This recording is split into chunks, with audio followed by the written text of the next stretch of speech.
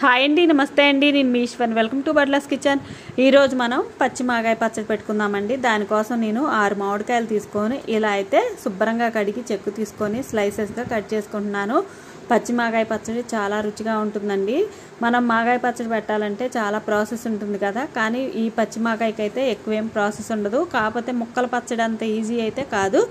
ఇవి కొంచెం ఎండబెట్టుకోవాలి. ఇప్పుడు మనం ఇలా స్లైసెస్గా కట్ చేసుకొని చక్కగా మనం వీటిని మరీ మందంగా కాకుండా ఇలా ఈ మందంగా కట్ చేసుకోవాలన్నమాట. ఇలా అయితే సరిపోతుంది. ఇవి కట్ చేసుకొని మనం ఎండకు పెట్టుకోవాలి. 4 గంటలు అయితే ఎండకు పెడితే అందులో ఉన్న వాటర్ మొత్తం పోయి మనకి ముక్క ఇట్లా అనగానే మెత్తబడుతుంది అనమాట. అలా ఉండేదాకా మనం ఎండబెట్టుకోవాలి.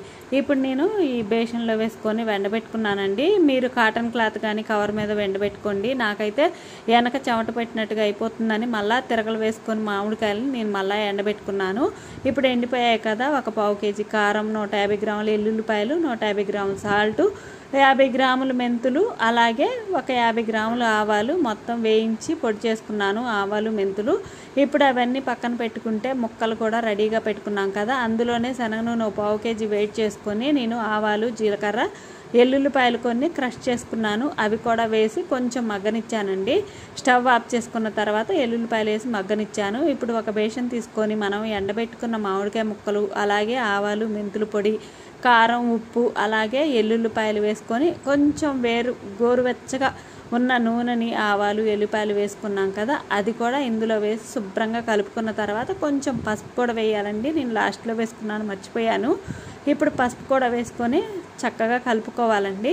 ఈ కలిపిందంతా మనం ఒక డబ్బాకి కానీ గాసేసాకు కానీ పెట్టుకొని 3 రోజులు అయితే ఊరనివ్వాలి. ముక్క మెత్తబడాలి. తర్వాత ఆయిల్ ఏమైనా పడుతుందేమో చూసుకోవాలి. ఇప్పుడు నేను ఒక డబ్బాకి అయితే తీసుకుంటున్నాను. ఇది మొత్తం డబ్బాకి పెట్టుకొని 3 రోజులు అయితే చక్కగా ఊరనివ్వాలి. లేదంటే 5 డేస్ అయినా పర్వాలేదు. ఇప్పుడు నేను 3 రోజుల తర్వాత మీకు చూపిస్తున్నానండి. ఇలా ఉంది పచ్చడి. ఇప్పుడు మళ్ళీ ఒకసారి మనకి ఉప్పు, కారం ఏమన్నా పడతాయా, నూనె పడతాయా చూసుకోవాలండి. నాకైతే కారం, ఉప్పు సరిపోయింది. కాకపోతే కొంచెం నూనె అయితే పట్టింది. నాకు పచ్చడి మొత్తం మీద అయితే నాకు కేజీ నూనె అయితే పట్టిందండి. కొంచెం వేడి చేసుకున్నాను, 1/4 కేజీ సుమారు. తర్వాత ఇది కలపటానికి అయితే 3/4 కేజీ పట్టింది. 3వ రోజు అయితే, ఫస్ట్ రోజు అయితే కేజీ నూనె అయితే పడుతుంది. ఇలా పెట్టుకోండి. మాగాయ పచ్చడి అయితే సూపర్ ఉంటుంది. మనకి చాలా టేస్టీగా పిల్లలు, పెద్దవాళ్ళు అందరూ మాగాయ పచ్చడి ఇష్టంగా తింటారు. టిఫిన్స్లోకి, అన్నంలోకి చాలా టేస్టీగా ఉంటుందండి. ఇప్పుడు నేను ఒక డబ్బాకైతే తీసుకుంటున్నాను. మీరు గాసేసాకైనా పెట్టుకోవచ్చు. ఫ్రిడ్జ్లో పెట్టుకుంటే సంవత్సరం ఉంటుంది. యథావిధిగా మనకు తెలిసిందే కదండి, ఎప్పుడు ఆవకాయ మాగాయ పెట్టుకున్నా మనం అన్నం కలుపుకొని తినాల్సిందే. ఎంతో రుచిగా ఉంటుంది, అద్భుతంగా ఉంటుంది. వీడియో కనుక నచ్చినట్టయితే